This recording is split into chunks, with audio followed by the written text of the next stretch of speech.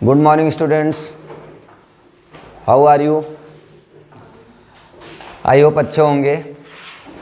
Welcome to M academy और मैं विपिन यादव। तो आज हम लोग स्टार्ट करने वाले हैं अल्टरनेटिंग करंट देखेंगे और अल्टरनेटिंग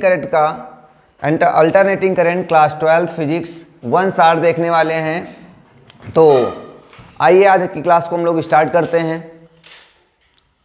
अगर आप हमारे सोशल मीडिया हैंडल पर जाकर देख सकते हैं। अगर आप इंस्टाग्राम पर देखना चाह रहे हैं तो एम एकेडमी ऑफिशियल के नाम से मिल जाएगा। अगर आप यूट्यूब पर देख ही रहे होंगे एम एकेडमी विपिन यादव के नाम से है।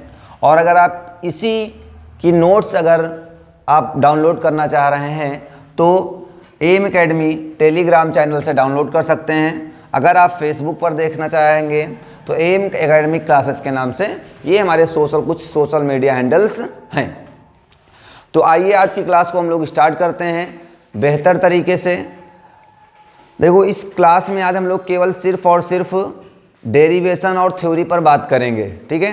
न्यूमेरिकल की जो सीरीज है हम लोग आगे वर्क करेंगे, न्यूमेरिकल पर हम लोग आगे बात करेंगे।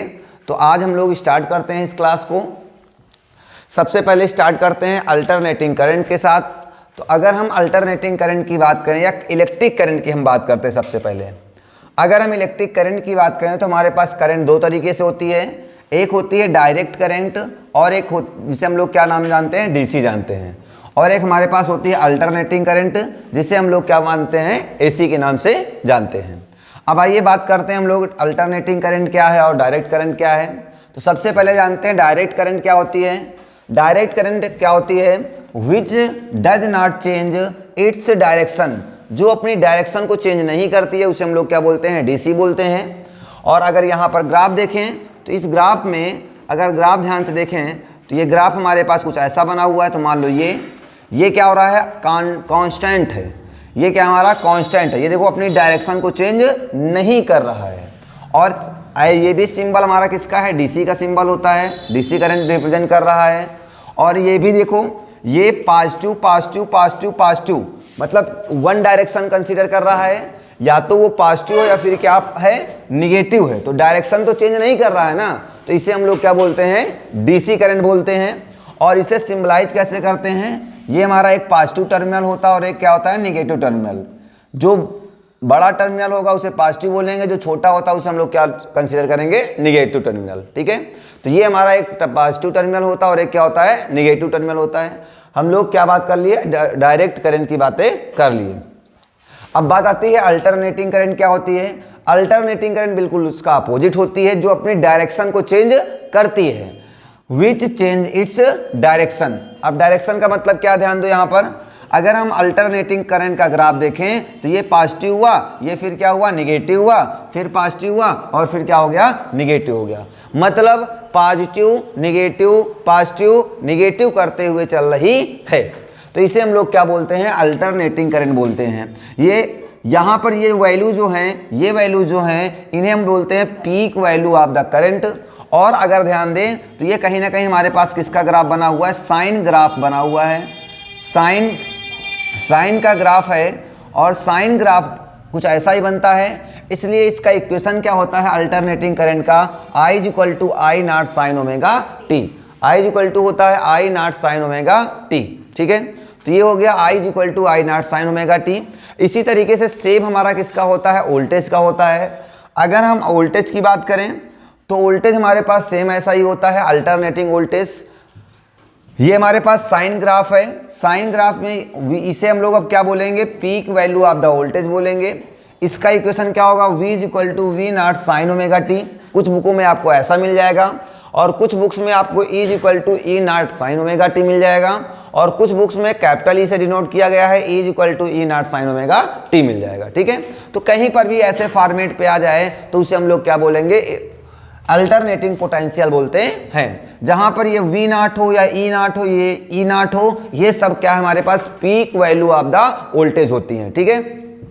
तो ये हमारे पास किसका आ गया, साइन ग्राफ आ गया है। अब यहीं पर हम थोड़ी सी बात कर लेते हैं अल्टरनेटिंग करंट में।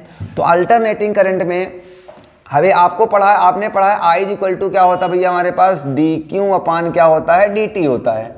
आई इक्वल टू होता है D Q upon D T, जहां पर आई को हम लोग क्या बोलते हैं,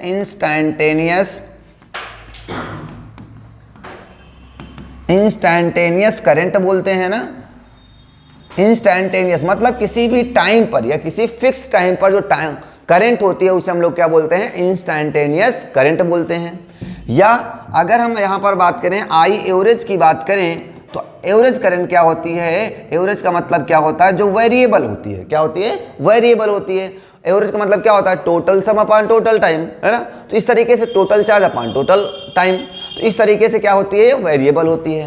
तो ये हमारे पास क्या हो जाती है, आई एवरेज, एवरेज बोलते हैं इसे हम लोग क्या बोलते हैं, मीन के नाम से जानते हैं, आई मीन या क्या बोलते हैं, आई एवरेज बोलते हैं। ठीक है, चलिए देखो सिंपल सी बात, अगर हम बात करें तो आई इक्वल टू हमारे पास क्या होता है, डी क्यू अपान क्या होता है, डी टी होता है। हाँ ठीक है, अगर हम क्रॉस मल्टीप्लाई करा दें तो बताओ डी क्यू इक्वल टू कितना हो जाएगा हमारे पास, आई डी टी बन जाएगा जा करके। ठीक है, अच्छा इंटीग्रेशन अगर हम बोथ साइड कर दें तो डी क्यू को कितना हो जाएगा, क्यू हो जाएगा, आई कितना हो जाएगा, integration of i d T. देखो टाइम कहाँ से है, मान लो जीरो से लेकर कहाँ तक जाना, हमें टी तक टाइम तक जाना है, कुछ भी टाइम हो सकता है। ठीक है, तो जीरो से लेकर कहाँ तक चले गए, टी तक चले गए। तो यहाँ पर हम आई एवरेज का फार्मूला निकाल सकते हैं जो हमें आगे चल के काम आएगा। इंटीग्रेशन क्यू के प्लेस पर कह सकते हैं आई d t, i d T. अब देखो ये भी टाइम भी तो वेरिएबल है, तो इसे हम लोगों ने कहाँ बोला, जीरो से लेकर कहाँ बोला, टी टाइम तक। तो ये हो गया हमारे पास क्या, टी डी टी। तो आई मीन का या आई एवरेज का फार्मूला क्या हो जाएगा, integration of i d t upon t d t, i d t upon क्या हो जाएगा, टी डी टी हो जाएगा। क्लियर है इतनी बातें, चल अब यहीं पर आगे चलते हैं। ये हमारे पास आ गई, करंट आ गई। ठीक है, चलिए आगे आपने वोल्टेज पढ़ ही लिया था हमारे पास। अगर हाँ वोल्टेज लगाएंगे तो सेम तरीके से वोल्टेज आ जाएगा। चलो ठीक है, आगे उसके बाद हमारे पास आता है root mean square value of current. ये हमारा एक नया टॉपिक है, root mean square value of the current. ठीक है, अब ध्यान दो, अगर हम root mean square value of current की बात करते हैं तो क्या है समझिएगा। देखो भैया सिंपल सी बात है,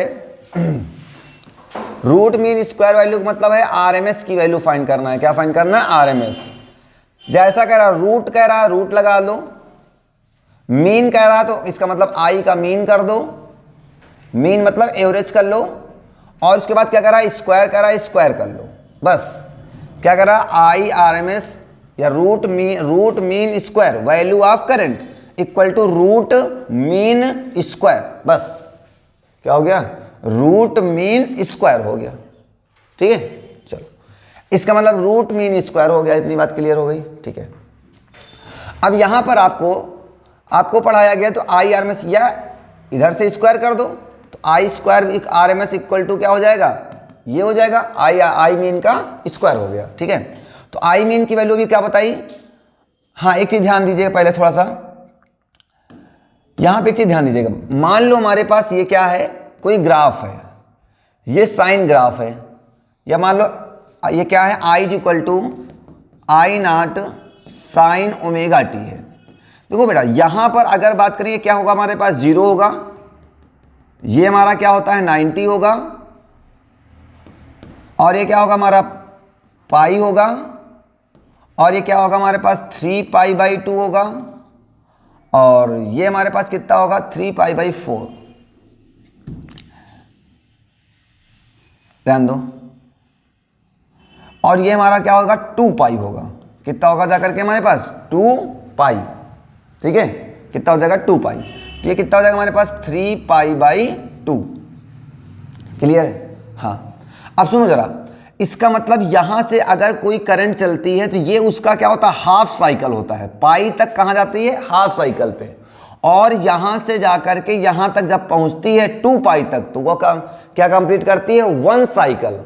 तो 1 साइकिल क्या होता है, तो 1 साइकिल का मतलब है 0 से लेकर कहां तक जाए, पाई तक। मतलब अगर कोई अल्टरनेटिंग करंट अपना एक ऑक्सीलेशन या एक साइकिल कंप्लीट कर लेता है जितने टाइम में, उसे हम बोलते हैं टाइम पीरियड। तो what is time period, the time taken to complete 1 oscillation या 1 cycle to the AC current.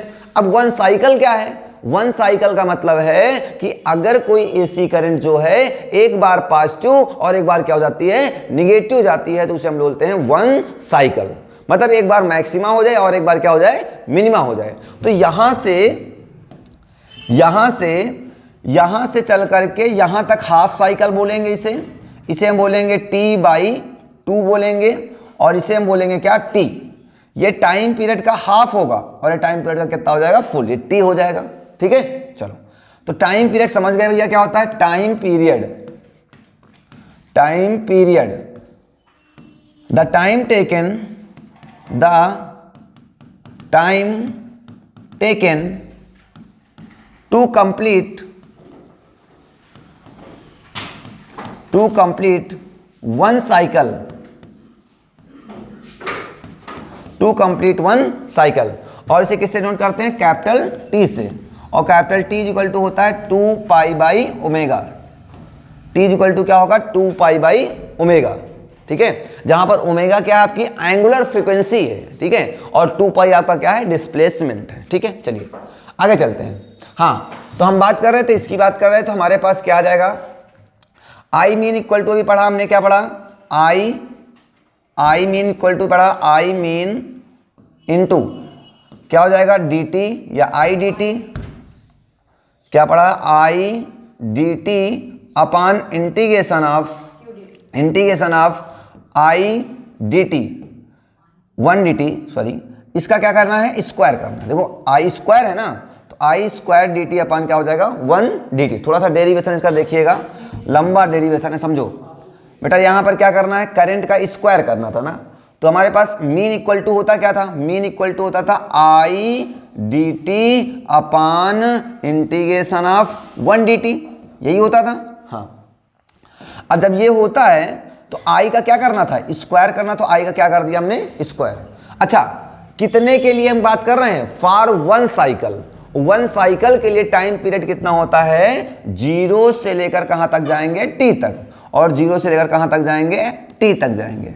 तो 0 से लेकर कहां तक चले गए हम लोग, t तक चले गए। तो ये क्या हो गया, हमारे पास टाइम पीरियड हो गया, या वन साइकिल के लिए, किसके लिए, फॉर वन साइकिल के लिए बात कर रहे हैं। ठीक है, चलो, तो यहां पर क्या हो जाएगा, हमारे पास आई की वैल्यू रख देते हैं। तो आई की वैल्यू इंटीग्रेशन 0 से लेकर कहां तक जाएगा, t तक जाएगा। आई की वैल्यू कितनी होती है, I not sine omega t अपान, इसका कितना हो जाएगा, इंटीग्रेशन t हो जाएगा, इसका इंटीग्रेशन t हो जाएगा, और लिमिट क्या हो जाएगी हमारे पास, इसका स्क्वायर कर देना है, सॉरी, और dt हो गया। आई 0 से लेकर कहां तक जाएगा, t, तो ये हो जाएगा 1/t। तो बन जाएगा क्या हमारे पास, 1/t। देखो, अपर लिमिट माइनस क्या होती है, लोअर लिमिट। फार्मूला क्या होता है, upper limit minus lower limit, सबको पता है। देखो भाई समझो, इंटीग्रेशन ऑफ x की power n dx is equal to क्या होता था, x की पावर n+1 अपान n+1, सबको बता देता हूं फिर से। और इंटीग्रेशन ऑफ 1 dx कितना होता था, हमेशा x होता है, तो 1 dt कितना हो जाएगा, t हो जाएगा। 1 dx कितना हो जाएगा, x हो जाएगा। 1 dy कितना हो जाएगा, y हो जाएगा। ठीक है, और इंटीग्रेशन ऑफ साइन x जानते हो क्या होता है, माइनस का cos x, और इंटीग्रेशन ऑफ cos x जानते हो क्या होता है, साइन x। ये चीज ध्यान दीजिएगा। और एक चीज होता है, यहां पर x का कोएफिशिएंट कितना है, 1, तो यहां किससे डिवाइड करते हैं, 1 से। और यहां कितना है, 1, तो यहां पर किससे डिवाइड करते हैं, 1 से। अगर यहां 2 होता तो यहां कितना लिखते, 2, 4 होता तो 4, 6 होता तो 6, 100 होता तो 100।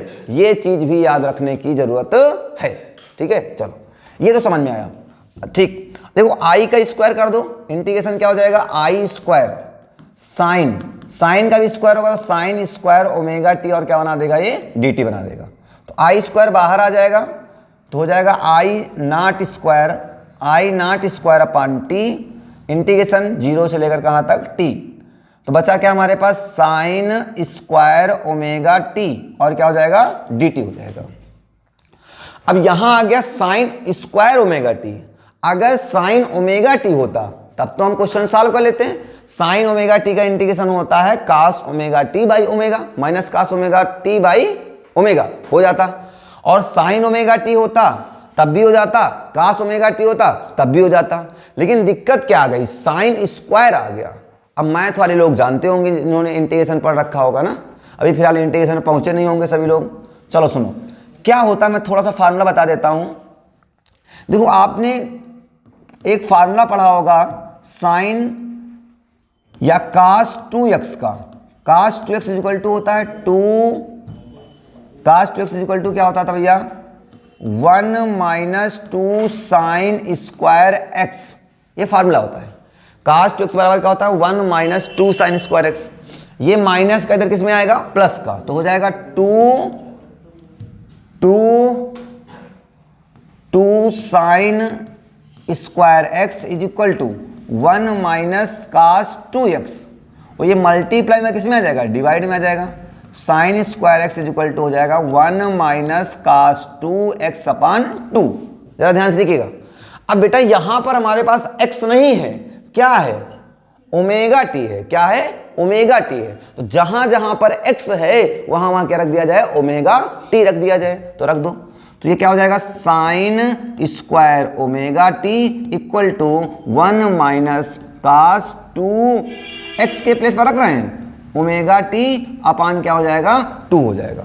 तो जाएगा sine square omega T equal to 1 minus cos 2 omega T by 2 आ गया। क्या बात क्लियर हो गई सबको, हाँ। तो यहां पर रख दो, तो क्या हो जाएगा हमारे पास आई नॉट का square upon capital t, limit है 0 से लेकर के टी, लिमिट है 0 से लेकर कहां तक भैया, टी, और इसके प्लेस पर लिख सकते हैं 1 minus cos 2 omega T upon क्या हो जाएगा 2, और इंटू लगा दिया हमने क्या, डी टी, इंटू क्या लगा दिया, डी टी।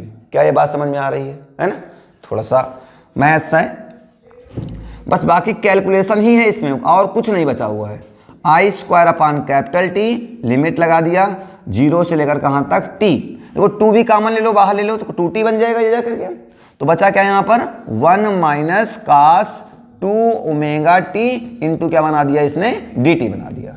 तो इसको मिटा देता हूं, इसको नोट कर लीजिएगा आप लोग, ठीक है, मैं मिटा दूं। चलो सर ठीक है, आगे बढ़ते हैं, नेक्स्ट पेज पे आ जाते हैं। तो क्या हुआ हमारे पास, इसको थोड़ा सा याद रखना पड़ेगा, आई नॉट का स्क्वायर अपान 2t, 0 से t, 1 minus cos 2 omega T into D T. ठीक है, आओ। तो हमारे पास क्या आ गया था, आई आर एम एस का स्क्वायर इक्वल टू आ गया है आई नॉट का स्क्वायर अपान 2t, और लिमिट हमारे पास कहां से कहां तक है, 0 से लेकर के t तक है, 1 minus cos 2 omega T into क्या बना दिया इसने, डी टी। यही आया था, हाँ एक बार चेक कर लो, यही आया था, हाँ यही आया था, ठीक है। चलो अब यहां पे ध्यान दो, ये हमारे पास हो जाएगा आई नॉट का स्क्वायर अपान 2t इंटू लिमिट, नहीं अब इंटीग्रेशन करेंगे, ध्यान दो, इंटीग्रेशन करो। 1 का इंटीग्रेशन देखो किसके रिस्पेक्ट में करना है, t के रिस्पेक्ट में। अभी बताया इंटीग्रेशन ऑफ 1 dx कितना होता था, x होता था, तो 1 dt कितना हो जाएगा, t हो जाएगा।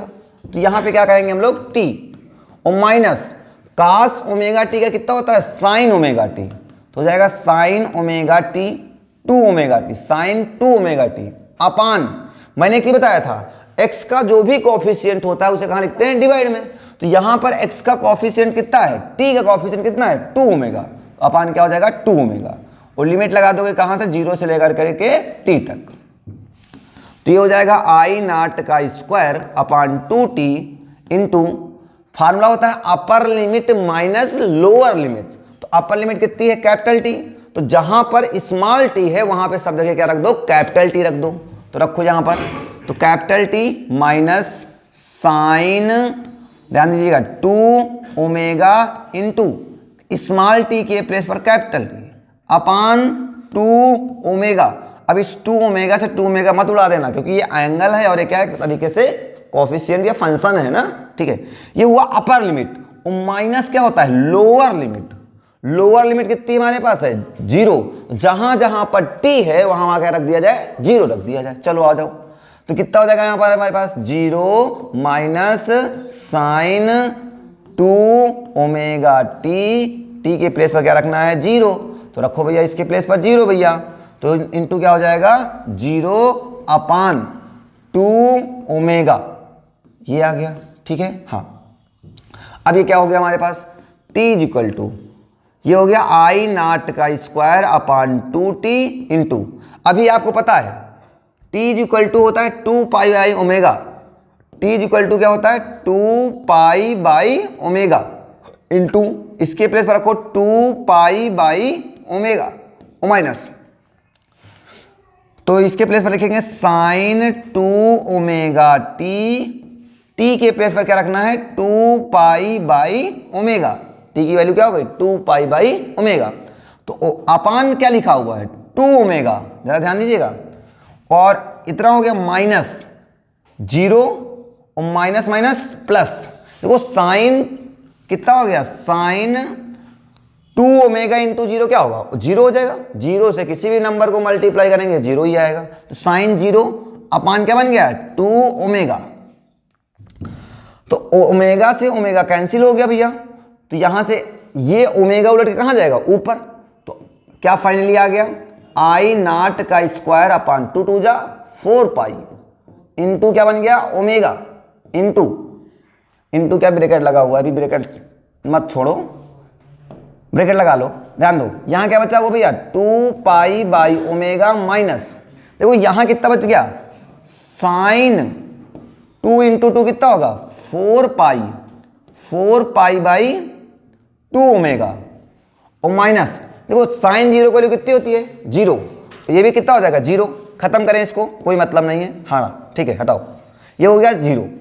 अब आगे चलते हैं, तो आगे हमारे पास क्या मिल रहा है, ध्यान दो, आगे हमारे पास क्या मिल गया है आई नॉट का स्क्वायर अपान 4 पाई इंटू क्या बना है ओमेगा इंटू क्या मतलब ब्रैकेट लगा हुआ अभी, तो ब्रैकेट छोड़ते नहीं है अभी, तो क्या हो गया हमारे पास 2 पाई बाई ओमेगा और माइनस, देखो साइन 4 पाई, साइन मैंने बताया था साइन पाई हो 2 पाई हो 3 पाई हो 4 पाई हो 6 पाई हो 8 पाई हो 100 पाई हो, चाहे जितने पाई हो हमेशा वैल्यू कितनी आएगी 0, तो ये कितनी हो जाएगी 0, तो ये पूरा टर्म कितना हो जाएगा 0 हो जाएगा, तो भैया आई आर एम एस का स्क्वायर इज इक्वल टू कितना आ गया आई नॉट का स्क्वायर अपान 4 पाई इंटू ओमेगा इंटू ये क्या बन गया हमारे पास 2 पाई बाई ओमेगा कैंसिल हो गया, पाई से पाई कैंसिल हो गया, 2 2 जा 4 हो गया, तो फाइनली क्या आ गया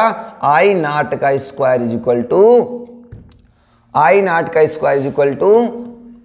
आर एम एस का square equal to I not का स्क्वायर अपान 2, यहां से स्क्वायर हटेगा तो यहां क्या आ जाएगा रूट आ जाएगा, तो I R M S equal to क्या आ जाएगा अंडर रूट आई नॉट का स्क्वायर अपान क्या हो जाएगा 2, तो यहां से फाइनली क्या आ गया I R M S is equal to I not square बाहर आ जाएगा तो आई नॉट आएगा अपान क्या हो जाएगा रूट 2, तो ये वैल्यू आ जाती है, ये क्या है I R M S value है और ये क्या है peak value of the current, I R M S is equal to I not upon root 2, आई बात समझ में, I R M S is equal to क्या हो जाएगा आई नॉट अपान रूट 2, ये इंपॉर्टेंट है भाई, इंपॉर्टेंट रिलेशन है, इसको याद रखना है आपको, ठीक है, डेरिवेशन भी याद रखना है आपको, I R M S is equal to क्या होता है I not upon root 2, clear है सभी को, ठीक है।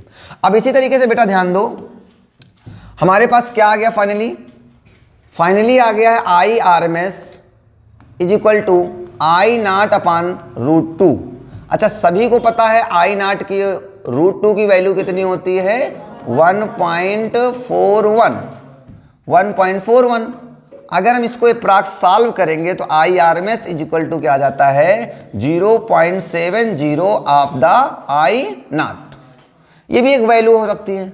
अगर हम इसी को परसेंटेज में देना चाहें तो I R M S is equal to क्या हो जाता है 70.7% ऑफ द आई नॉट। इसका मतलब क्या है, जो आरएमएस वैल्यू होती है वो पीक वैल्यू का कितने परसेंट होती है 70.7% होती है। आई बात समझ में। आरएमएस वैल्यू का मतलब है, आरएमएस वैल्यू जो है वो हमारे पास क्या होती है आई नॉट, मतलब peak value of the current का 70.7% होती है। क्लियर इतनी बातें, ठीक है। इसी तरीके से सेम प्रोसेस में आप क्या कह सकते हैं, v R M S equal to v not upon क्या हो जाएगा, √2 हो जाएगा। V R M S equal to v not upon √2 और v R M S equal to कह सकते हैं 0.707 ऑफ द वी नॉट कह सकते हैं। और इसी तरीके से वी आर एम एस जो होगा वो पीक वैल्यू ऑफ वोल्टेज का कितना होगा, 70.7% of the peak value of the voltage होता है। ये बात क्या क्लियर है सभी को? क्लियर है? थोड़ा सा डेरिवेशन है बेटा, इसको जब तक आप घर पे जाकर के प्रैक्टिस नहीं करेंगे, मैथमेटिक्स है, कैलकुलेशन है, ये डाउट्स क्लियर अभी नहीं होंगे जब तक आप घर पर जाकर के उसकी प्रैक्टिस नहीं करेंगे। घर पे प्रैक्टिस कर लेंगे, सारी चीजें क्या हो जाएंगी, अपने आप से क्लियर हो जाएंगी। क्या ये बात सभी को क्लियर हो गई? हाँ, चलिए आगे चलते हैं। तो आगे न्यूमेरिकल मैंने बिल्कुल भी नहीं ले रखा है आज की क्लास में सिर्फ और सिर्फ कॉन्सेप्ट और थ्योरी पर बात करेंगे। नेक्स्ट क्लास पे हम लोग PYQ पर ही बात करेंगे। अब चैप्टर के हम लोग इधर उधर के न्यूमेरिकल नहीं लगाएंगे, सिर्फ और सिर्फ PYQ के न्यूमेरिकल ही सॉल्व करेंगे। ठीक है, चलिए अब आगे आते हैं। तो हमारे पास क्या मिलता भैया, रिएक्टेंस मिलता है। क्या मिलता है? रिएक्टेंस। ए भाई, रिएक्टेंस क्या है? रिएक्टेंस कुछ नहीं है। रिएक्टेंस का मतलब है हमारे पास क्या होता है, रेजिस्टेंस होता है एक तरीके से। अगर हमारे पास रिएक्टेंस क्या होता है, एक रेजिस्टेंस होता है। देखो भाई, अगर हमारे पास अभी आपने सर्किट पढ़ा होगा, फिलहाल आपके यहाँ सर्किट कुछ है ही नहीं है, आपके यहाँ सिर्फ और सिर्फ LCR सर्किट है। और उस LCR सर्किट में भी आपको केवल और केवल आपके सिलेबस में फेजर डायग्राम है। क्या है? फेजर डायग्राम आपके सिलेबस में होता है। सुनिएगा, आपके पास रिएक्टेंस होता क्या है? रिएक्टेंस का मतलब देखो, एक हमारे पास क्या होता है, प्योर R होता है, एक प्योर C होता है, कैपेसिटेंस होता है, और एक प्योर हमारे पास क्या होता है, इंडक्टेंस होता है, कॉइल होती है। क्या होती है? इंडक्टेंस L होता है। ये तीन तरीके से सर्किट होंगी हमारे पास। अब इनका एक कॉम्बिनेशन होता है RC सर्किट, एक होता है LR, और एक होता है CR, और एक होता है RC। ये तीन तरीके से सर्किट होंगी, इनका कॉम्बिनेशन। और एक होता है LCR सर्किट। ये सब सीरीज में कॉम्बिनेशन होते हैं। ठीक है, combination of inductance and register, combination of the capacitance and the register, combination of the register and the copies, इसका हो जाएगा CL LC सर्किट। क्या हो जाएगा? LC circuit. ठीक है, तो ये 1 2 3 4 5 6 और 7 टाइप से सर्किट्स हमारे यहाँ हैं। लेकिन आपके सिलेबस में सिर्फ और सिर्फ क्या है, आपके LCR सर्किट है। क्या है? LCR circuit. और LCR सर्किट में पूरा का पूरा नहीं है, सिर्फ और सिर्फ आपके क्या लिखा हुआ है, फेजर डायग्राम ओनली। अगर आप सिलेबस देखेंगे तो उसमें ब्रैकेट में लिखा हुआ है फेजर डायग्राम ओनली। ठीक है, चलिए तो इसका फेजर डायग्राम में भी आगे पढ़ेंगे। तो सुनिएगा भैया, सुनिएगा, ये क्या है, आप यहां पर रेजिस्टेंस बोलते हैं, और यहां पर भी तो कैपेसिटेंस अगर कनेक्शन है किसी भी सोर्स में तो भी तो वहां पर क्या लगेगा, एक रेजिस्टेंस क्रिएट करेगा। और उस रेजिस्टेंस को हम लोग क्या बोल देते हैं, रिएक्टेंस बोल देते हैं। क्या बोलते हैं? रिएक्टेंस बोलते हैं। और जब वही चीज LCR सर्किट में आती है तो उसे हम लोग क्या बोलते हैं, इंपीडेंस बोल देते हैं। क्या बोलते हैं? इंपीडेंस बोलते हैं।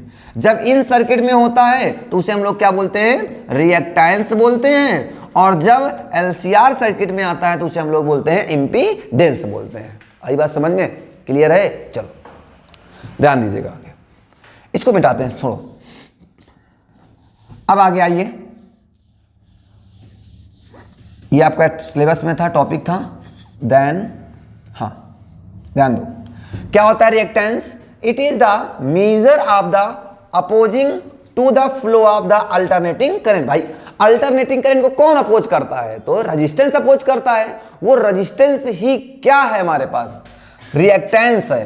Flow of the alternating current caused by the inductance and the capacitance in the circuit rather than the by the resistance। मतलब चाहे रेजिस्टेंस कॉम्बिनेशन हो, चाहे रिएक्टेंस हो, और इंडक्टेंस हो, और चाहे तुम्हारे पास क्या होता है, कैपेसिटेंस होता है। ठीक है, चलिए अब ध्यान दो, यहां पर अब करते क्या बेटा, हमारे पास करते हमारे पास ये हैं कि, अब सुनिएगा हमारे पास क्या है भैया, है हमारे पास क्या, देखो इससे हम लोग, अगर L सर्किट है तो L सर्किट में इसे हम लोग क्या बोलते हैं, एक्सेल बोलते हैं।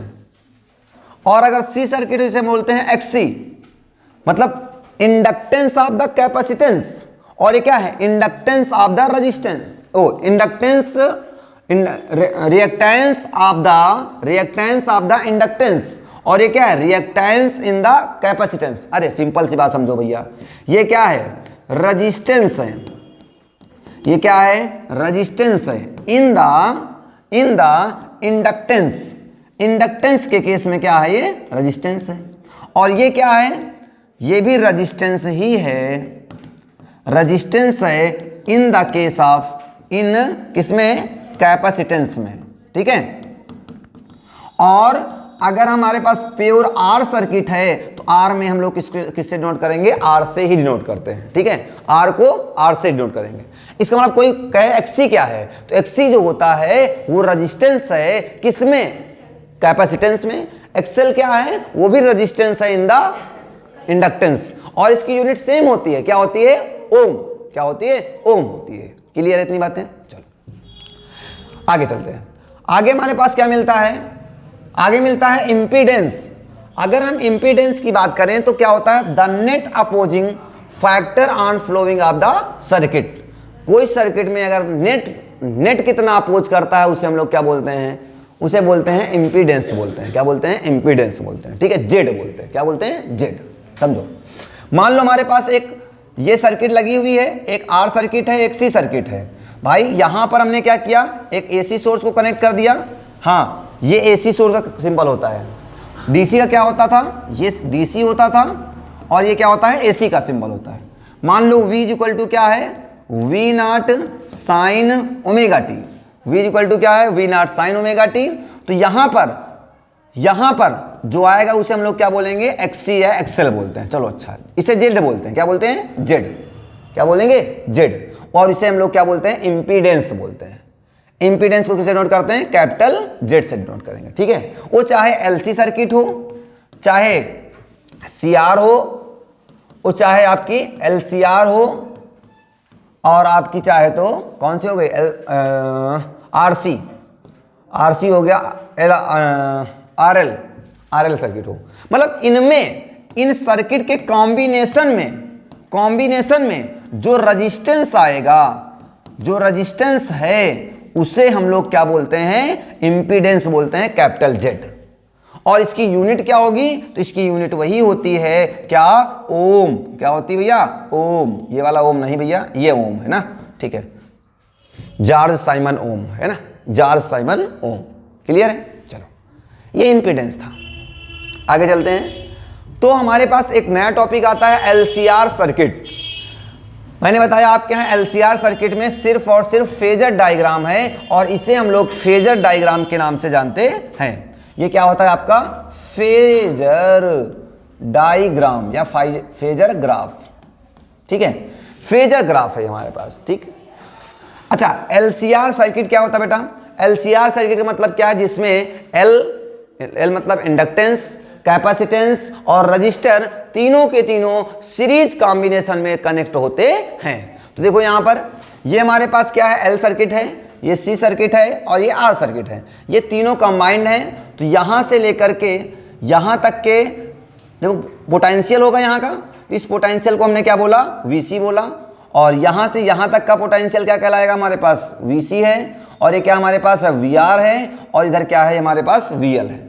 तो ये VL, VC और VR, इसका मतलब क्या है, potential of the inductance, potential of the voltage of the capacitance, voltage of the resistance. और इसको एक AC सोर्स से कनेक्ट करा दिया। देखो ये किसका सिंबल है, एक AC सोर्स का सिंबल होता है, V equal to V naught sine omega T. और AC करंट कितनी होती है, I equal to I naught sine omega T, I equal to I naught sine omega T. सबको पता है, हाँ ठीक है। अब यहां पर ध्यान दो, ये हमारे पास फेजर डायग्राम है, इसको आपको याद रखना होगा, ध्यान दीजिएगा। अब इसमें आपको 5 चीजें 6 चीजें छूट गई हैं, एक L, एक C और एक R, और अलग अलग हो गई, एक LC, LCR तो आप पढ़ ही रहे हैं। मतलब जो डायग्राम्स बाकी थे वो आपके छूटे हुए हैं, है ना। तो आपको केवल ग्राफ याद रखना है। देखो ये हमारे पास क्या है, ये हमारे पास वोल्टेज है, V है और R है। तो V इक्वल टू मतलब आई और आर, ये इधर आई है, इधर भी क्या है आर। इसका मतलब करंट की डायरेक्शन में ही कौन होता है हमारे पास, रेजिस्टेंस होता है। मतलब उनके बीच का फेज कितना बनता है हमारे पास, जीरो बनता है। क्या बनता है, जीरो फेज बनता है। ठीक है, सुनिए तो भैया ये हमारे पास क्या है, हमारे पास V है। V क्या है हमारे पास, रिजल्टेंट वोल्टेज का ग्राफ है। ये हमारे पास क्या है, V equal to I R है। और ये हमारे पास क्या ये है। अगर यहां से हम, इतनी बात समझ में आ गई सभी को, हाँ, अगर यहां से हम V निकालें तो V इक्वल टू क्या होगा हमारे पास, V इक्वल टू होगा, ये क्या, देखो अगर ध्यान से देखो तो कहीं ना कहीं एक राइट एंगल ट्रायंगल ऐसा बन रहा होगा। ये परपेंडिकुलर होगा और ये क्या होगा, बेस। परपेंडिकुलर और क्या होगा, बेस। तो हम कह सकते हैं V रिजल्टेंट का स्क्वायर, रिजल्टेंट का स्क्वायर इक्वल टू क्या कहेगा भैया हमारे पास, ये क्या हमारे पास VL माइनस VC। तो VL minus VC, VL minus VC का होल स्क्वायर हो जाएगा प्लस, और बेस कितना होगा VR, तो ये हो जाएगा VR का स्क्वायर। तो भैया इधर से स्क्वायर हटेगा तो उधर अंडर रूट आ जाएगा, या छोड़ो भी। V इक्वल टू देखो I equal to, V equal to क्या होता है IR, V इक्वल टू क्या होता है IR। तो यहां पर समझो तो V equal to IR, R नहीं काम करेगा, कौन काम करेगा, Z काम करेगा। कौन काम करेगा, Z काम करेगा। क्यों, क्योंकि भैया कितने सर्किट हैं, LCR कॉम्बिनेशन में क्या काम करता है, इंपीडेंस काम करता है। कौन काम करता है, इंपीडेंस। और Z क्या है आपका, इंपीडेंस का बिहेव करता है। तो यहाँ पे थोड़ा सा देख लेते हैं, तो इसके प्लेस पर हम लोग कह सकते हैं IZ इक्वल टू, देखो L सर्किट में क्या हो जाएगा, अभी बताया, L सर्किट में रेजिस्टेंस काम कौन करेगा, C। तो अगर मैं बात करूं तो VC इक्वल टू क्या हो जाएगा, I इंटू XC। और L सर्किट में काम कौन करता है, L काम करता है, तो इसे हम लोग क्या बोलेंगे, XL। क्या बोल देंगे, XL। आई बात समझ में, कुछ नहीं है, ये भी रेजिस्टेंस है, ये भी रेजिस्टेंस है, और ये भी क्या है, रेजिस्टेंस है। ये क्या है, ये किसी सीरीज कॉम्बिनेशन का है, मतलब चाहे L हो, LR हो, चाहे CR हो, चाहे LC हो, चाहे LCR हो, तो उसे हम तब Z बोलेंगे। और अगर प्योर C है, प्योर कैपेसिटेंस है, तो इसे XC बोलेंगे, और इसे क्या बोलेंगे, XL बोलेंगे। तो यहां पे क्या लिख सकते हैं, देखो ये इसका स्क्वायर कर लो या इसका रूट लगा लो, छोड़ो, इधर क्या लगा दिया V, या V इक्वल टू क्या होता है IZ बन जाएगा, इधर अंडर रूट लग जाएगा, स्क्वायर से रूट हट जाएगा इधर। तो जहां ध्यान दो, इसके प्लेस पर लिख सकते हैं IXC XL, और माइनस क्या हो जाएगा IXC हो जाएगा। देखो पता है सीरीज कॉम्बिनेशन में करंट क्या होती है, अरे यार सीरीज कॉम्बिनेशन में करंट जाएगी ना इधर, ठीक है, माइन प्लस इधर क्या हो जाएगी IR का स्क्वायर, IR का स्क्वायर। सीरीज कॉम्बिनेशन में करंट सेम होती है और वोल्टेज क्या होते हैं, डिफरेंट होते हैं भाई, बहुत बार बताया आपको, ठीक है। तो ध्यान दो V इक्वल टू क्या होगा IR। प्योर रजिस्टर के केस में रेजिस्टेंस का काम रजिस्टर ही करेगा, मतलब R ही करता है। देखो यहां भी I का स्क्वायर है, यहां भी है, और यहां भी है, यहां भी, सब कॉमन ले लो।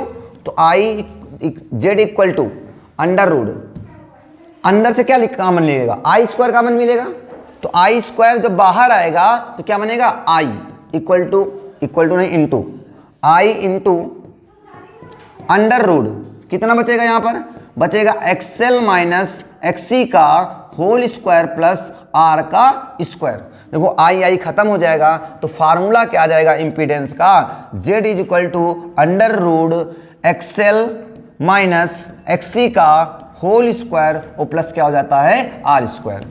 ये फार्मूला होता है इंपीडेंस का, किसमें, LCR सर्किट में। Z is equal to under root XL minus XC का होल स्क्वायर प्लस का R स्क्वायर। देखो ये करंट और VR मतलब रेजिस्टेंस, प्योर रेजिस्टेंस, दोनों सेम कॉम्बिनेशन डायरेक्शन में होते हैं। ऊपर की ओर हमारे पास क्या आ गया, VL आ गया, और यहाँ पे VC आ गया। एक्चुअली जो है VL हमेशा ऊपर होता है और VC कहाँ होता है, नीचे होता है, ठीक है। चलो तो ये हमारे पास ग्राफ आ गया, इसका रिजल्टेंट निकाला गया दोनों का, तो क्या आ गया VL माइनस VC, या IXL माइनस IXC बोल सकते हैं। अभी बताया V इक्वल टू क्या होता है IR, और I के प्लेस पर, R के प्लेस पर क्या लिख सकते हैं, L लिख सकते हैं, मतलब XL लिख सकते हैं। तो इस तरीके से ये भी सॉल्व हो जाएगा। क्या यार तक बातें क्लियर हो गई सभी को, कोई डाउट है, नहीं ना, चलें आगे। चलो तो ये भैया हो गया Z is equal to under root XL minus XC का होल स्क्वायर प्लस क्या हो जाएगा बेटा हमारे पास R स्क्वायर। क्लियर है, इतनी बातें क्लियर हैं। चलो आगे, हाँ, अब यहीं पर बस आगे बात करते हैं, ठीक है। अब हमारे पास आता बेटा रेजोनेंट सर्किट या रेजोनेंस क्या होता है। रेजोनेंस का मतलब है कि जब, ध्यान दो, रेजोनेंस क्या होता है समझ लो थोड़ा सा। In the LCR circuit when the phasor phi between current and voltage is zero then the current is called the resonant circuit, then the circuit is known as the resonant circuit. मतलब समझो क्या है, अगर when the phase between the current and voltage is zero. ध्यान से देखो जरा यहां पर एक चीज, फेज क्या हो जाए, जीरो हो जाए। फेज का मतलब ये एंगल ही तो होता है, देखो जरा ये एंगल होता है। तो ये एंगल कब जीरो हो सकता है, कब की कंडीशन में, सिर्फ और सिर्फ क्या होना चाहिए, प्योर रजिस्टर। तो प्योर रजिस्टर में देखो करंट, ये क्या है, करंट की डायरेक्शन है और ये रजिस्टर की डायरेक्शन है, मतलब वोल्टेज की डायरेक्शन है, वीआर की डायरेक्शन है, दोनों सेम डायरेक्शन में है ना। और जब दोनों सेम डायरेक्शन में होंगे तो फाई कितना बनेगा हमारे पास, जीरो बनेगा। क्या बनेगा, जीरो बनेगा जा करके। और जब बताओ प्योर रजिस्टर होगा, क्या होगा, प्योर रजिस्टर होगा, तो इसका मतलब इंपीडेंस वर्क करेगा, नहीं करेगा, और इंपीडेंस कितना हो जाएगा, जीरो हो जाएगा। क्या हो जाएगा, इंपीडेंस क्या हो जाता है, जीरो हो जाता है। तो ठीक है, ये रिजल्टेंट कितना हो जाएगा, इसका जीरो हो जाएगा, सेम बात। अरे भाई ये रिजल्टेंट इसका कितना हो जाएगा, जीरो हो जाएगा। और जब रिजल्टेंट जीरो हो गया तो इसका मतलब क्या समझ में आया, इसका मतलब आया कि भैया ये VL minus VC equal to कितना हो जाएगा, जीरो। देखो अगर भाई ये रहेगा ही नहीं तो ये यहां पे आ जाएगा, सीधा जीरो हो गया। तो जब जीरो हो गया तो हम कह सकते हैं VL इक्वल टू क्या हो जाएगा, VC, और VL इक्वल टू क्या हो जाएगा, IXC। VL equal to IXC equal to IXL equal to IXC। खट्टम पिट्टम हो गया। इसका मतलब XL इक्वल टू क्या आ गया है, XC आ गया। XL इक्वल टू क्या आ गया है, XC आ गया। ठीक है, और अभी आपको अभी ये चीज नहीं पता है क्योंकि आपने प्योर रजिस्टर, प्योर कैपेसिटर नहीं पढ़ रखा है। तो याद रखो भैया, XL इक्वल टू होता है, ध्यान दो, XC इक्वल टू होता है भैया हमारे पास 1/ωc, और XL इक्वल टू होता है ωL। XL इक्वल टू क्या होता है, ωL। ωL इक्वल टू क्या हो जाएगा, 1/ωc। ध्यान दो, XL इक्वल टू होता है ωL और XC इक्वल टू होता है 1/ωc। ओमेगा इधर से इधर आ जाएगा बेटा, तो ओमेगा स्क्वायर हो जाएगा, omega into omega, omega square, और ये मल्टीप्लाई इधर डिवाइड में आ जाएगा, तो 1 क्या आ जाएगा, LC आ जाएगा। इधर से स्क्वायर हटेगा तो इधर रूट आ जाएगा, तो हो जाएगा अंडर रूट 1/LC। तो इसे हम लिख सकते हैं 1/√LC। क्या आ गया है, फाइनली क्या आ गया, ओमेगा इक्वल टू 1/√LC आ गया। ठीक है, जहां पर L क्या है, इंडक्टेंस है, C क्या है, कैपेसिटेंस है। ठीक है, चलो देखो, अभी थोड़ी समय पहले हमने पढ़ा T इक्वल टू 2π/ω, या ओमेगा इक्वल टू अगर निकालें तो क्या होगा, 2π/T बनेगा कि नहीं बनेगा। हाँ, ओमेगा इक्वल टू 2π, क्या इसे इंटू 1/T कह सकते, नहीं कह सकते हैं। The reciprocal of the time period is known as the frequency. क्या बोलते हैं, फ्रीक्वेंसी। हमें पता है F इक्वल टू क्या होता है, 1/T होता है। तो ओमेगा इक्वल टू क्या हो सकता है, 2π, इसके प्लेस पर क्या ले सकते हैं, F। तो ओमेगा इक्वल टू क्या आ जाएगा, 2πF आ जाएगा। क्लियर है, तो यहां से एक रिलेशन आ जाएगा, 2πF इक्वल टू 1/√LC। तो यह F इज इक्वल टू क्या आ जाएगा, 1/2π√LC। ये रिलेशन पूछे जाते भाई, ध्यान दो, जहां पर ओमेगा क्या है, एंगुलर फ्रीक्वेंसी है, और F क्या है, फ्रीक्वेंसी है। क्या है, फ्रीक्वेंसी है, और ओमेगा आपकी क्या होती है, एंगुलर फ्रीक्वेंसी होती है। क्या यहां तक बातें क्लियर है सभी को, क्लियर है ना सभी को, आ गई बात समझ में।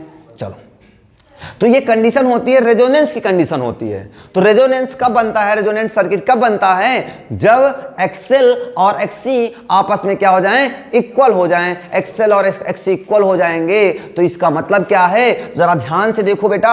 अगर हमें, इसको समझ में आ गया ना ये सभी को, ये समझ में आ गया सबको बढ़िया से।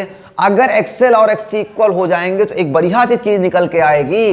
ध्यान से देखोगे, अभी जेड इक्वल टू क्या आया था, अंडर रूट आया था बेटा आपका एक्सएल माइनस एक्ससी का होल स्क्वायर प्लस क्या होता था, आर स्क्वायर। अगर हम रेजोनेंस की कंडीशन में बात करें,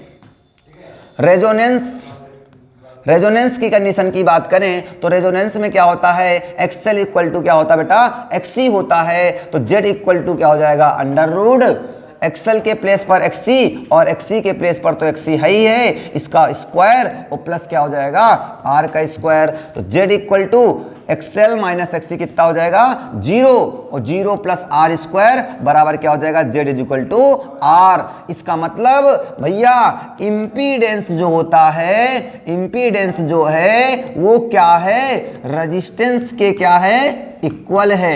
नहीं दिखा कि नहीं दिखा, हाँ, इसका मतलब किसके इक्वल हो गया, रेजिस्टेंस के इक्वल हो जाता है। आई बात समझ में, ये भी बढ़िया से कंक्लूजन निकल के आया।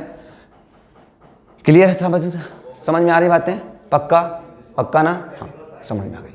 चलो मिटाया जाए, हाँ आगे चलते हैं। तो ये बात समझ में आ गई। ये रिलेशन पूछा जाता है omega is equal to 1 upon under root l c या f is equal to 1 upon 2 pi under root l c, हो जाएगा। चलो आगे चलते हैं बेटा, आगे चलते हैं। तो हमारे पास क्या मिलता है, मिलता है power in AC circuit, power in AC circuit. हाँ, तो पावर इन एसी सर्किट का मतलब क्या है कि पहले ध्यान दो, power is defined as the rate of work done. हमने पढ़ा था ना, P is equal to W upon T, P is equal to क्या होगा, dW upon dt, the rate of work done is known as the power. Simple सी बात पढ़ा था आपने। ये दूसरी डिफिनेशन देख सकते हैं, ये भी पढ़ा था आपको, अल्टरनेटिंग करंट नहीं, उसको इलेक्ट्रिसिटी में आपको पढ़ाया था। P इज इक्वल टू क्या होता था, VI, P is equal to I square RT, P is equal to I square V square by R। 3 फार्मूले पढ़ाए थे ना, तो फार्मूले से पढ़ सकते हैं। The product of the electric potential and current is known as the electric power in the AC circuit, कह सकते हैं। या ऐसे कह सकते हैं, पावर कहना हमारे यहाँ का जो बल्ब लगा हुआ है उसका पावर ज्यादा पावर का लेके आओ। ज्यादा पावर का लाने का मतलब क्या है, वो ज्यादा एनर्जी कंज्यूम करेगा और कम पावर का क्या करेगा, कम एनर्जी कंज्यूम करेगा। इसका मतलब क्या है, एनर्जी से रिलेशन है उसका। तो हम कह सकते हैं the rate of eight which electrical energy is consumed in the circuit is called power. कितनी एनर्जी वो कंज्यूम्ड करता है उसे हम लोग क्या बोल सकते हैं, पावर बोल सकते हैं। ठीक है, चलो अब ध्यान देते हैं बेटा, पावर की बात करते हैं तो हम लोग हमारे पास power P is equal to क्या होता है, या P average is equal to क्या हो जाएगा हमारे पास, VI। आपने सभी लोगों ने पढ़ा P इज इक्वल टू क्या होता है, VI होता है। तो यहां पर अगर यहां पर एवरेज है तो क्या होगा, P is equal to V into क्या हो जाएगा, I। तो ध्यान दो भैया, P average equal to V is equal to क्या होता है, V naught sine omega T into I is equal to I naught sine omega T. Omega T ना लेकर के ओमेगा टी प्लस फाई ले लिया। फाई क्या है, उनके बीच का फेज है। इसका मतलब ये कितना है, फाई जो है, फेज जो है वो या तो लीड करेगा या फिर क्या करेगा, लैग करेगा। या तो लीड करता होगा या फिर क्या करेगा, लैग करता होगा।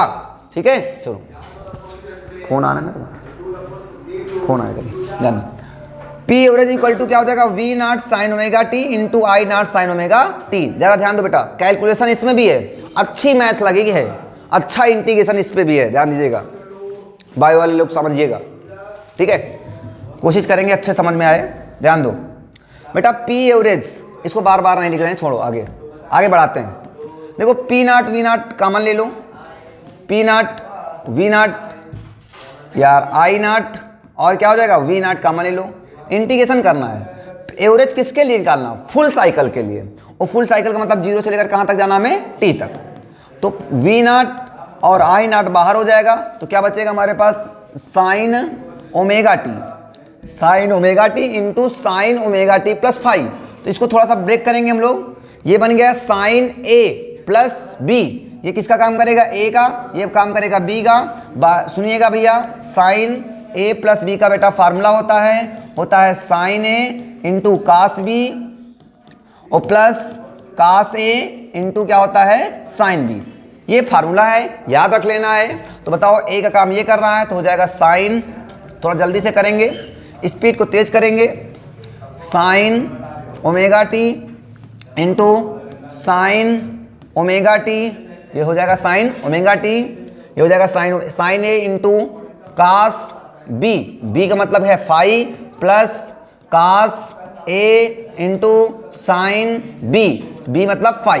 क्या यहाँ तक बात क्लियर सभी को? हाँ, अब ध्यान दो, तो यहाँ से आ जाएगा हमारे पास v not I not into limit है 0 से लेकर टी, लिमिट है 0 से लेकर टी, साइन ओमेगा टी का अंदर मल्टीप्लाई कर दो, तो साइन ओमेगा टी क्या हो जाएगा साइन स्क्वायर ओमेगा टी, तो हो जाएगा cos phi into sine square omega T, plus इसका इससे भी मल्टीप्लाई होगा तो हो जाएगा प्लस साइन फाई, देखो बाहर ले लो साइन फाई, हाँ और लगा दो डी टी भाई, क्या लगा दो डी टी, हाँ साइन फाई और इंटू क्या हो जाएगा sine omega T into cos omega T, और टोटल का क्या लगा दिया हमने डी टी लगा दिया, टोटल का क्या लगा दिया डी टी लगा दिया। क्या यहाँ तक बात समझ में आई? अरे भाई क्या रहे, इसका इससे मल्टीप्लाई किया साइन स्क्वायर हो गया, इंटू कास फाई था कास फाई लिख दिया, प्लस लगा था प्लस लगा दिया, साइन फाई था इसको पहले लिख लिया, कास ओमेगा टी इंटू अंदर कास ओमेगा टी लिख दिया। ठीक, अब थोड़ा सा यहाँ पे क्या लगानी है, मैथ्स लगानी है, मैंने बताया आपको मैथ लगेगी यहाँ पर। देखो हमें क्या करना है, इंटीग्रेशन करना है, क्या करना है इंटीग्रेशन करना है। तो इंटीग्रेशन होगा कैसे भाई, ध्यान दो, अच्छी सी मैथ लगेगी इसमें। तो भैया यहाँ पे हो जाएगा V not I not into 0 से लेकर के टी, थोड़ा सा ध्यान दो, यहां से मैं इसको क्या कर दूं अलग अलग कर दूं, एक पार्ट ये है एक पार्ट ये है, तो मैं थोड़ा सा अलग अलग करके दिखा देता हूं आपको। तो इसे हम क्या कह सकते हैं कास फाई इंटू, बताओ साइन स्क्वायर ओमेगा टी का इंटीग्रेशन डायरेक्ट हो पाएगा? नहीं हो पाएगा। अभी थोड़ी समय पहले बताया था, क्या होता था 1 minus cos 2 omega T upon क्या होता था 2, बताया कि नहीं बताया यार, बताया, इंटू देखो dt इसका भी लगा हुआ है, dt इसका भी लगा हुआ है, लगा दिया dt plus plus plus plus, सुनिएगा इंटीग्रेशन 0 से लेकर कहां तक t, क्या बचा हुआ है साइन फाई, साइन क्या हुआ है फाई, क्या बचा हुआ है sine omega T into cos omega T. तो 2 से अगर मैं यहां पे मल्टीप्लाई करा दूं और 2 से यहां पर क्या करा दूं डिवाइड, बताओ कोई इफेक्ट पड़ेगा? नहीं। ऐसा मैंने क्यों किया, देखिएगा यहाँ पर, इसी में थोड़ा स्टेप में काम कर लेता हूँ, ध्यान दो। अगर बेटा मैं यहाँ पर 2 से मल्टीप्लाई करा दूँ, 2 से यहाँ पर मल्टीप्लाई करा दूँ और 2 से यहाँ पर डिवाइड करा दूँ, बताओ 2 खत्म हो जाएगा, कुछ इफेक्ट पड़ेगा? नहीं। तो ये लेकिन फार्मूला बन जाता है क्या, 2 sine omega T into cos omega T, ये फार्मूला है साइन 2 ओमेगा टी का, किसका है साइन 2 ओमेगा टी का, ये फार्मूला बन गया। ठीक है, इनटू क्या लगा दिया हमने dt। इतनी बात क्लियर हो गई?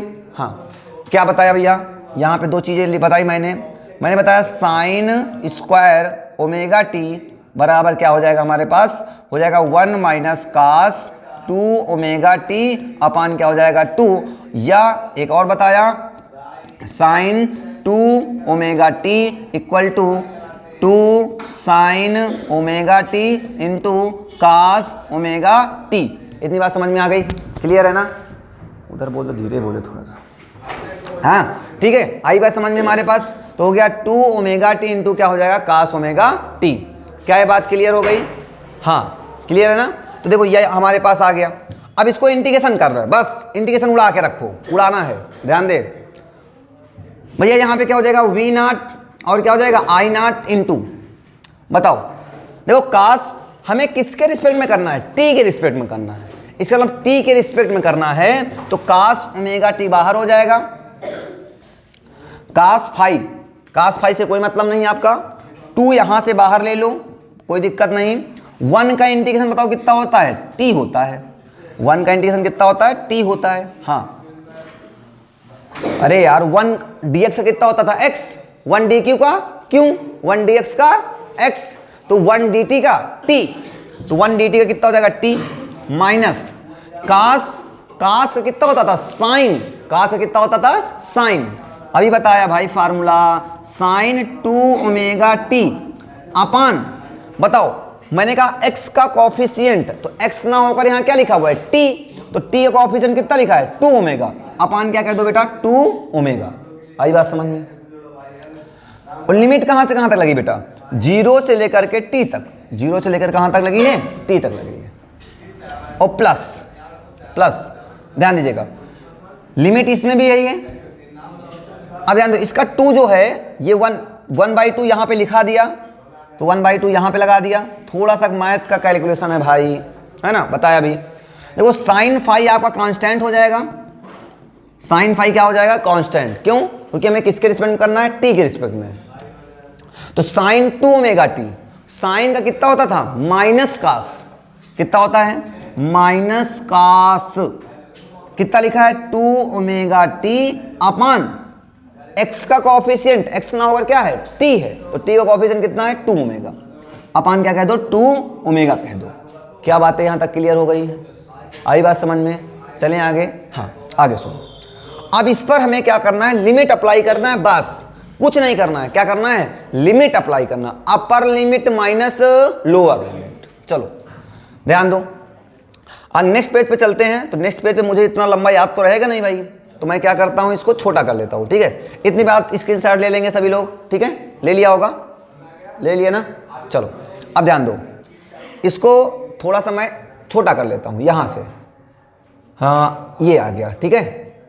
चलिए अब यहां से मैं सोल्यूशन आगे करना शुरू करता हूं, ठीक है। चलो देखो भैया, यहां से क्या आ गया, V0 I0 इंटू, अब सुनिएगा, इंटू ये cos phi by 2, cos phi by 2 लिखा रहने दिया, कोई दिक्कत की बात नहीं। इंटू फार्मूला क्या होता है, upper limit minus lower limit.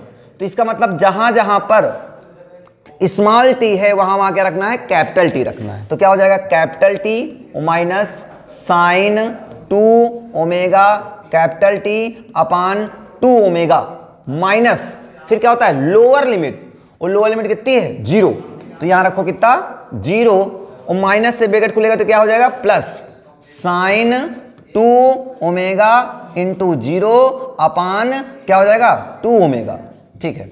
यहां तो अप्लाई कर दिया, कोई दिक्कत नहीं।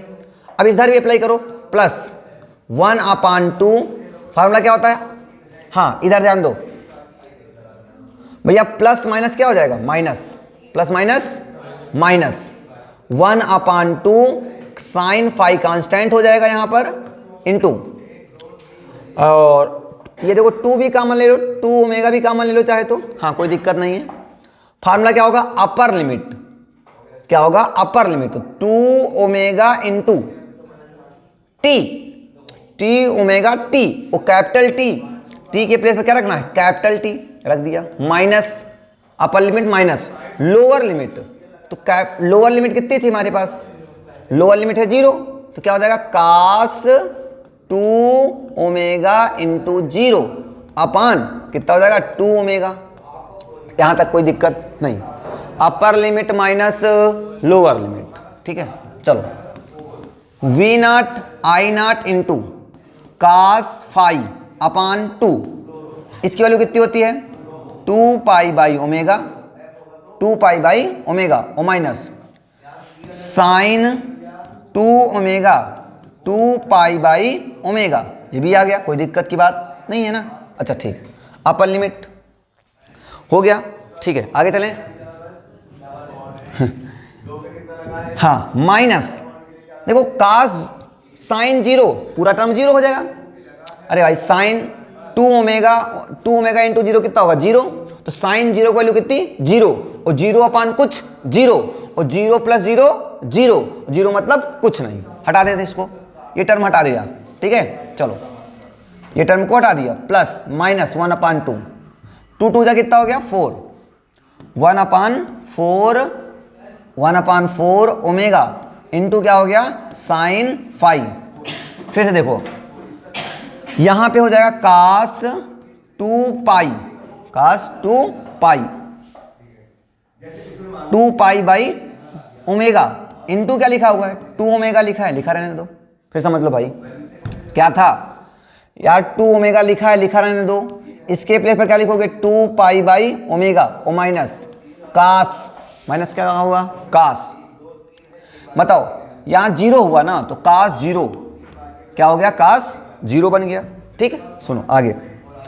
तो ये हो जाएगा V naught I naught into cos phi upon 2 into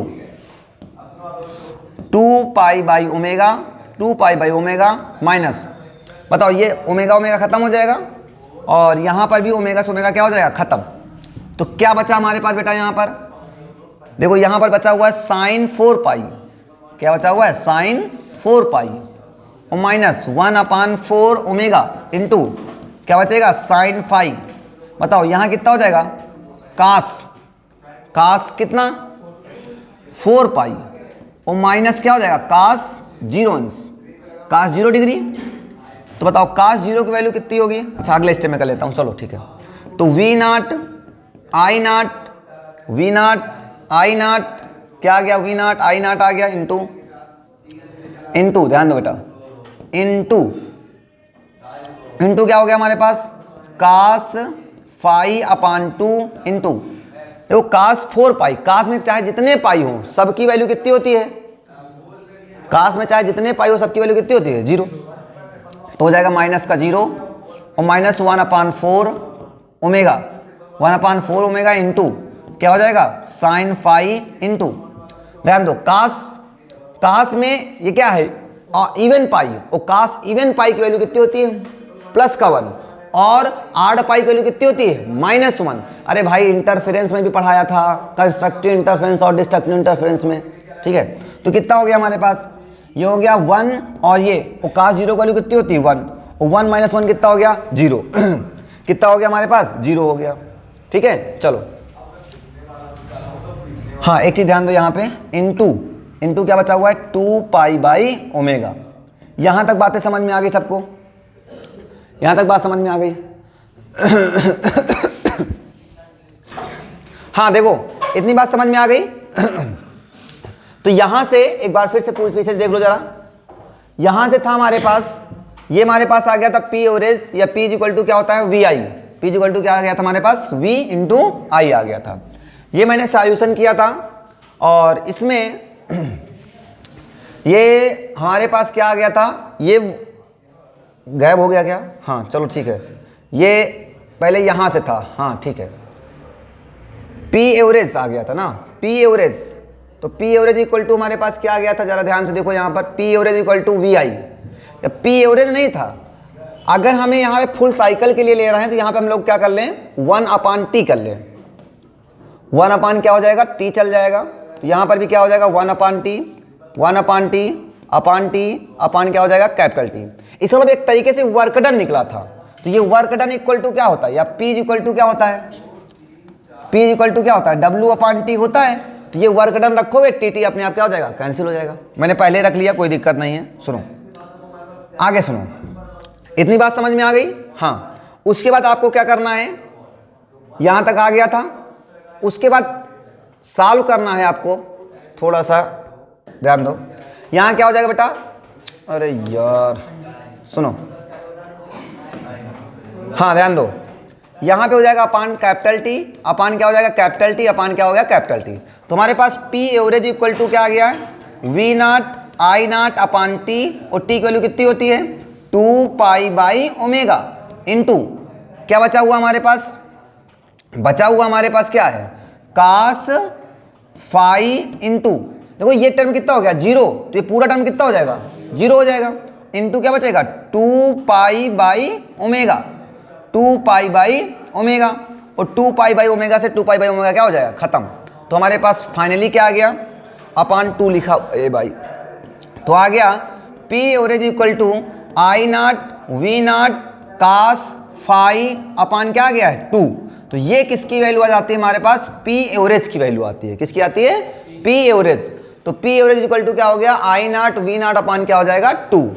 अगर इसी चीज को बेटा हम, इतनी बात समझ में आ गई हुई, देखो इस क्वेश्चन को या इसको आप घर में जाकर के एक बार फिर से प्रयास करेंगे, प्रैक्टिस करेंगे, तब आपको आ जाएगा ना। मैथ वालों लोगों ने तो इंटीग्रेशन में पढ़ रखा होगा इंटीग्रेशन, फिलहाल बायो वाले लोग क्या करेंगे, एक बार इसको घर में जा करके प्रैक्टिस करेंगे ना।